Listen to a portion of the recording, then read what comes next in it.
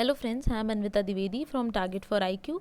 और अगर आपको हमारे द्वारा बनाए गए वीडियोस के नोट्स चाहिए तो आप हमारा टेलीग्राम ग्रुप ज्वाइन कर सकते हैं। और इस टेलीग्राम ग्रुप पे कुछ पेड कोर्सेज भी अवेलेबल हैं जो कि डिफरेंट स्टेट की जुडिशरी एग्जामिनेशन के प्री और मेंस दोनों के मटेरियल अवेलेबल कराता है। So now moving on to today's topic. Today I am gonna teach you citizenship law in India, यानी कि नागरिकता का कानून।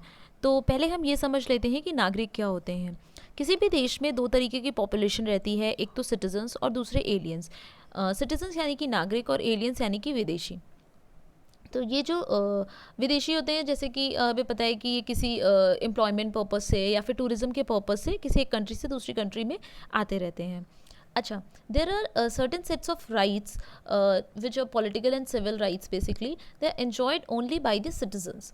तो किसी भी कंट्री में कुछ certain political and civil rights होते हैं जो कि सिर्फ और सिर्फ उसके नागरिकों द्वारा एंजॉय किए जाते हैं। So constitution of India also confers some sets of political and civil rights only to its citizens. कुछ अधिकार एलियंस के लिए भी हैं, विदेशी नागरिकों को भी दिए गए हैं, but these are available to both and these are based on the humanitarian grounds. ये कुछ स्पेशल राइट्स हैं जो सिर्फ और सिर्फ सिटीजन्स के पास हैं। तो फंडामेंटल राइट्स हैं इसमें सबसे पहले। तो article 15, article 16, article 19 and 29 and 30, ये जो राइट्स हैं ये सिर्फ और सिर्फ सिटीजन्स के पास हैं। 15 एंड 16 डिस्क्रिमिनेशन की बात करता है, प्रिवेंशन ऑफ डिस्क्रिमिनेशन की in general and in the matter of employment. 19 freedom of speech और 29 and 30 cultural and educational rights.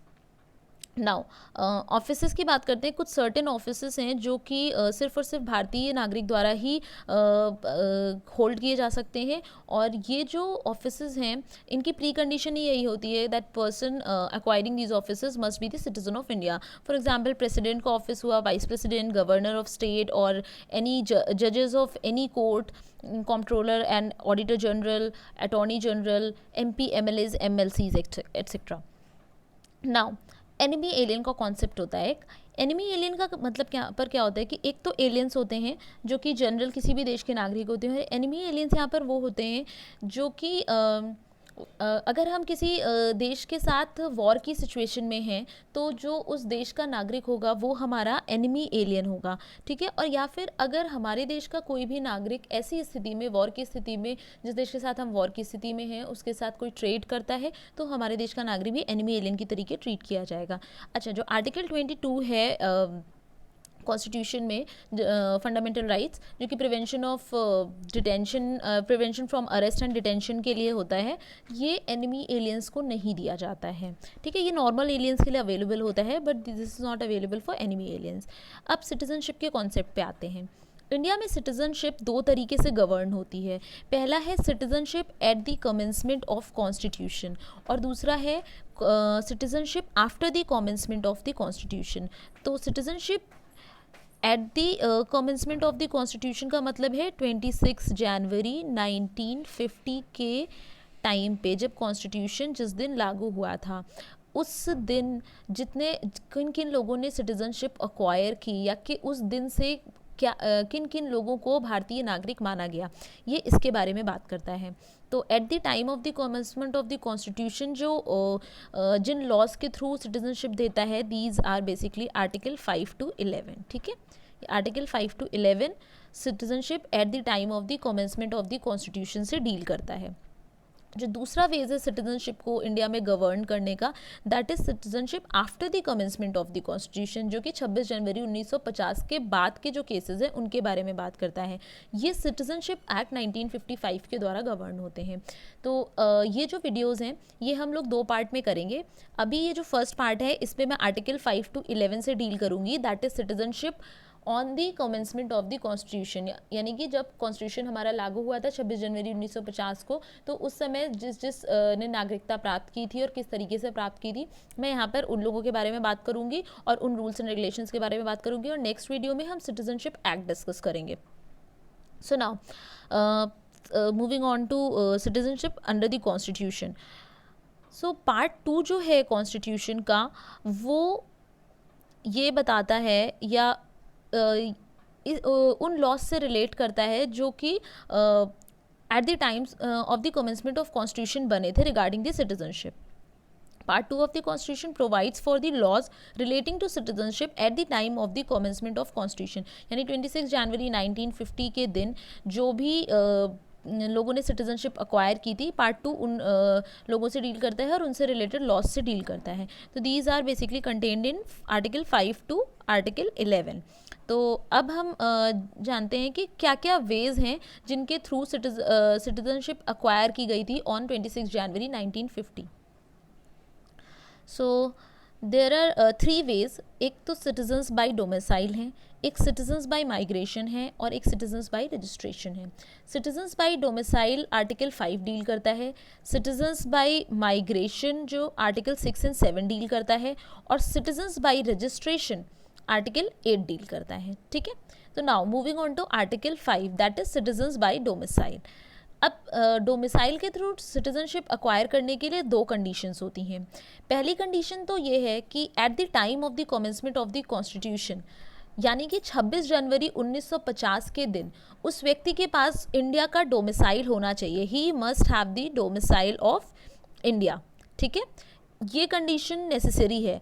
Plus इसके अलावा एक और कंडीशन है जो कि एडिशनली इस कंडीशन के साथ अटैच होती है, और वो कंडीशन इन तीनों कंडीशन में से कोई एक कंडीशन है. पहली कंडीशन, या तो वो पर्सन जिसे सिटीजनशिप मिली है वो इंडिया में बॉर्न हुआ हो, या फिर either of his parents are born in India, और या फिर वो एटलीस्ट 5 सालों से इंडिया में रह रहा हो just before this date 26 January 1950. तो इन तीनों में से कोई भी एक कंडीशन अगर वो व्यक्ति फॉलो कर रहा है और साथ में plus he have the domicile of India, तो वो इंडियन सिटीजन माना जाएगा on the day from the date of 26 January 1950 या on the date of 26 January 1950. अब यहाँ पर बात आती है डोमिसाइल क्या होता है. जो यहाँ पे फर्स्ट कंडीशन है he that person must have the domicile of India. तो डोमिसाइल क्या होता है. डोमिसाइल जो होता है वो 2 तरीके के होते हैं. It is of 2 types.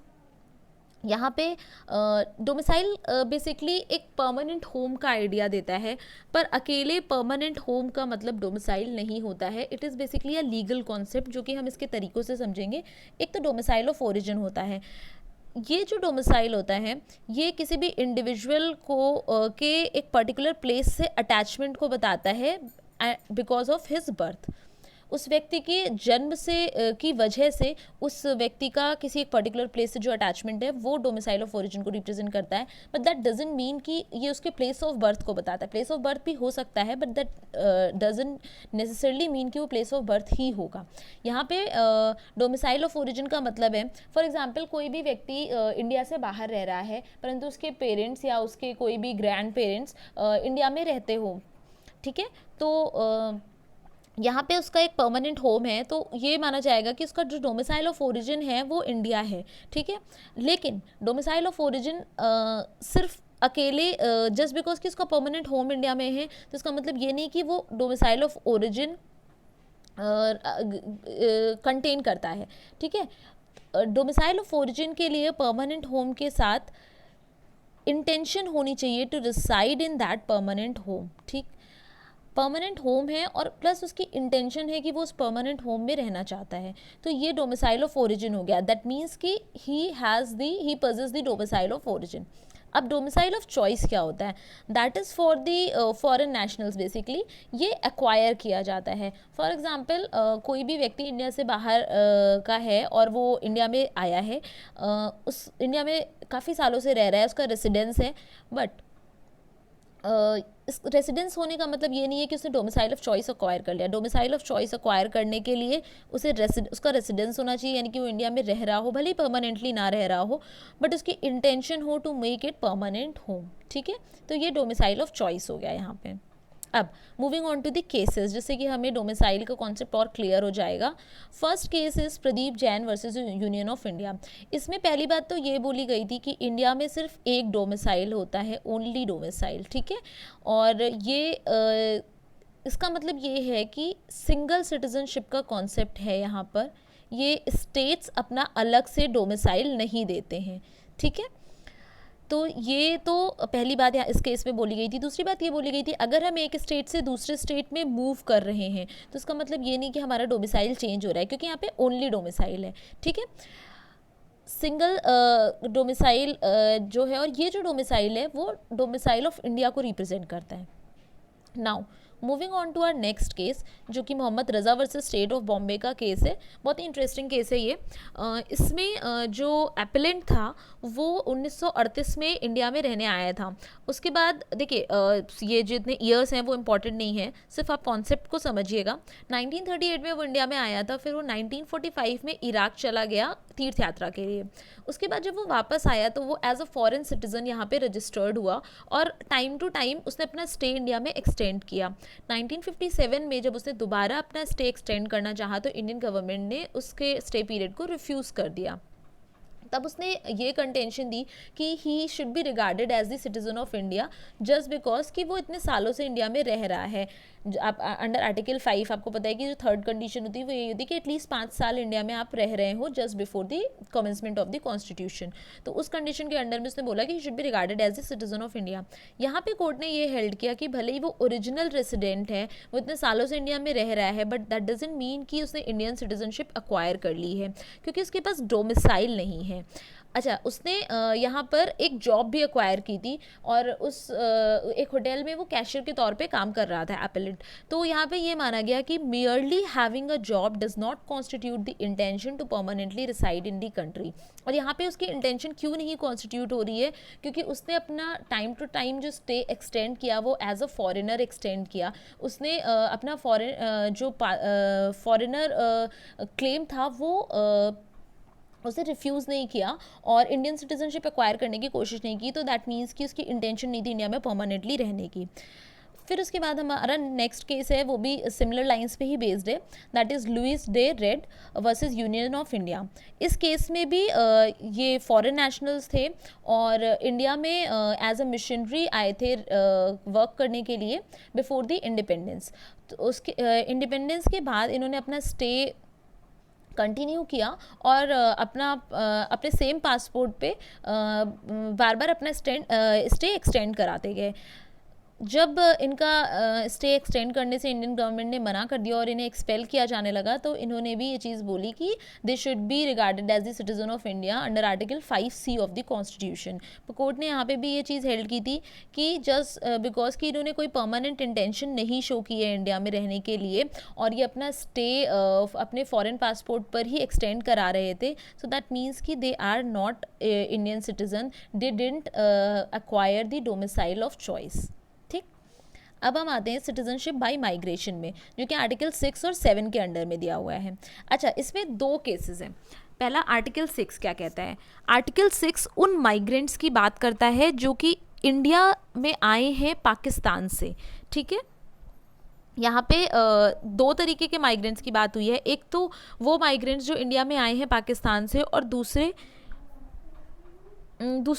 Migrants वो हैं जो कि पाकिस्तान चले गए और वापस आए। तो हम उनकी बात बाद में करेंगे, पहले हम आर्टिकल 6 की बात करते हैं, migrants to India from Pakistan.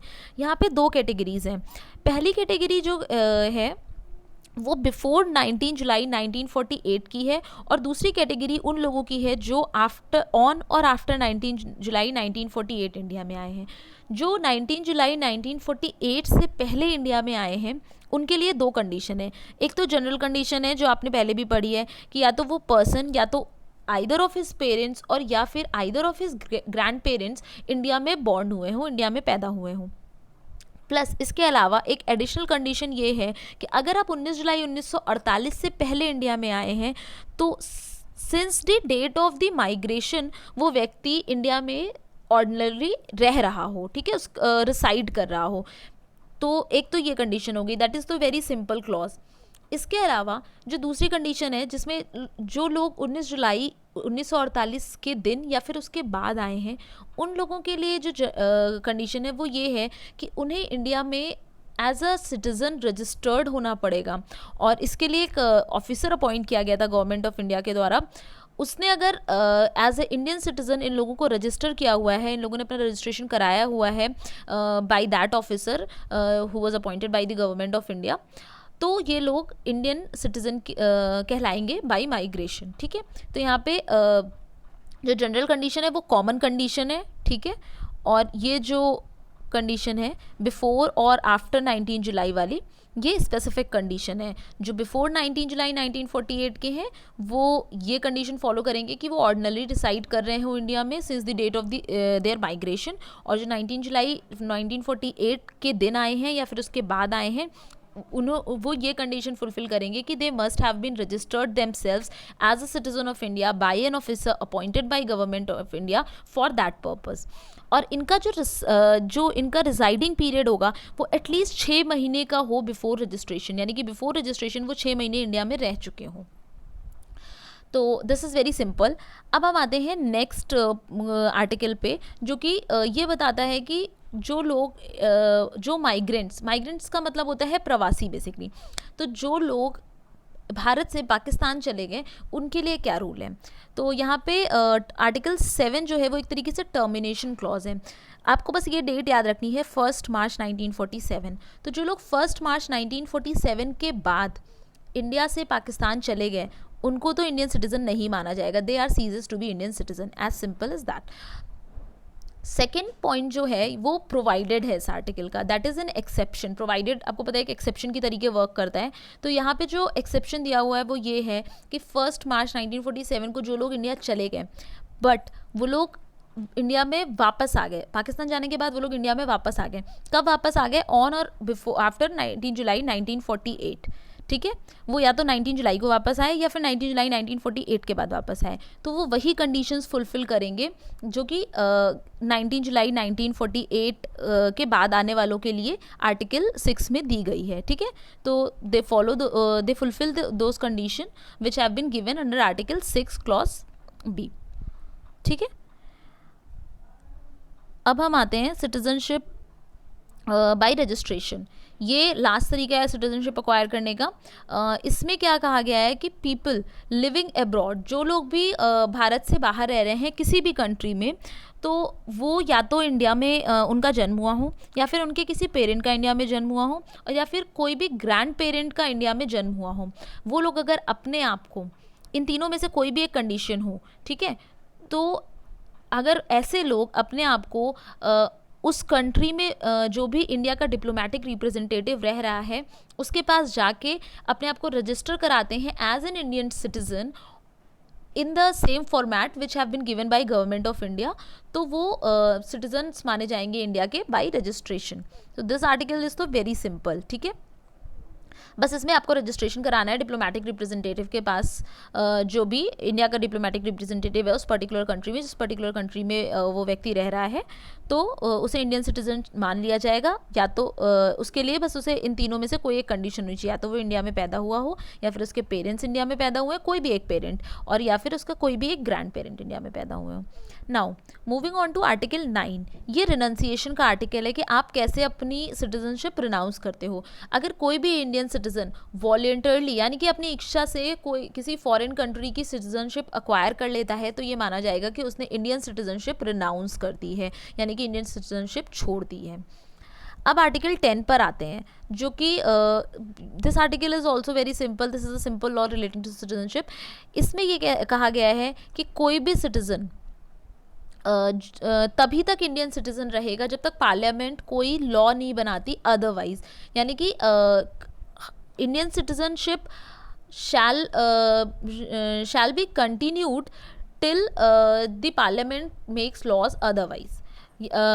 किसी भी नागरिक को भारतीय नागरिकता की वो सारी कंडीशंस फुलफिल करनी पड़ेंगी जो कि पार्लियामेंट बनाएगी, ठीक। आर्टिकल 10 में ये बात की गई। तो अगर पार्लियामेंट कोई ऐसा लॉ बना देती है जिसकी वजह से जो कि जिसमें कुछ कंडीशंस दी गई हैं और उस कंडीशंस को कोई भी भारतीय नागरिक जो कि अभी तक भारतीय नागरिक है वो फुलफिल नहीं कर पाता है, तो उसे इंडियन सिटीजनशिप नहीं माना जाएगा। तो पार्लियामेंट, इसका मतलब ये है एक तरीके से कि parliament have power to snatch away the citizenship from citizens. Okay, now article 11 की बात करते हैं। आर्टिकल 11 में पार्लियामेंट को पावर कन्फर की गई है by the constitution of India that it can make laws for the acquisition and termination of citizenship and all other matters relating to it.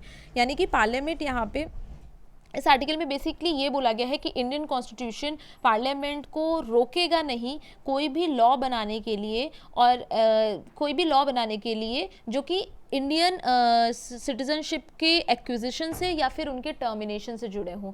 Acquisition और टर्मिनेशन का मतलब है इंडियन सिटीजनशिप को ग्रहण करने से और या फिर इंडियन सिटीजनशिप को टर्मिनेट करने से, यानी कि इंडियन सिटीजनशिप को छोड़ने से जुड़े हों। ठीक है, तो अगर ऐसा कोई भी लॉ जो कि इंडियन सिटीजनशिप के मैटर से रिलेट करता है वो पार्लियामेंट बनाती है, तो जो इंडियन कॉन्स्टिट्यूशन है वो पार्लियामेंट को रोकेगा नहीं। So that was all for the laws of citizenship, for the laws of citizenship, and this is the first part 1, and we will be dealing with the Citizenship Act in the part 2 of this video. So till then, stay safe and enjoy, and please do not forget to like, comment and subscribe.